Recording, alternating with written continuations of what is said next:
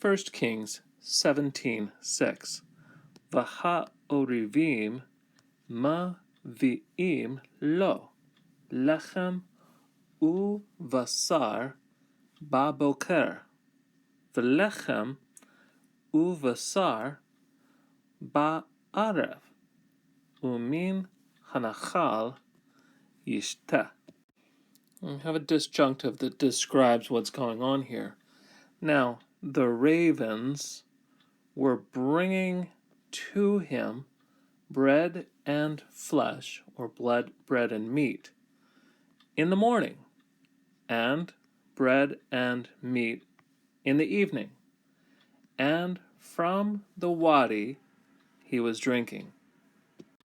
There are two verbs. First, we have mavi'im, and this comes from beit, vav, aleph. This is a hollow verb, so named because the middle root letter is either a vav or a yod, and under a lot of circumstances it'll disappear, so it seems hollow, leaving just the first and last consonant.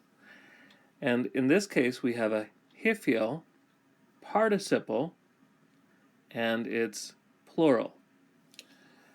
Now, when we look at this one, it at first might tell us I'm a PL, because it has the mem prefix and it has the shva under the mem, which looks like a PL. However, what we have in this case, though, is a reduction to a shva because of the heavy ending at the end. So the clue for us is the hirik yod in the middle signifies that it's hiphil. And so literally it would be caused to be coming, or we would just say bringing. So the ravens are bringing to him bread and meat in the morning and in the evening. And the second verb is yishteh. And yishteh comes from shin, tav, hey. And in this case, we can see it's just a normal prefix pronoun, so it's imperfect, 3ms, and the subject being Elisha the prophet. He was drinking from the wadi, or from the brook that's in the wadi, actually. One of the things that's interesting in this context is to consider the sort of bird that the Lord uses, the raven. Now, the raven is not mentioned too often in the scriptures, but they are a few times.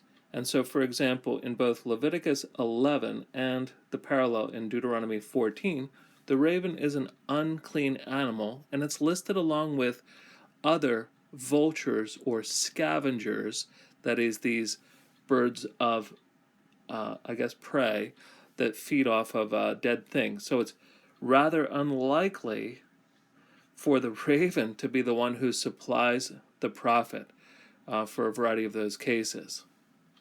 And so it just shows us strikingly the very unlikely and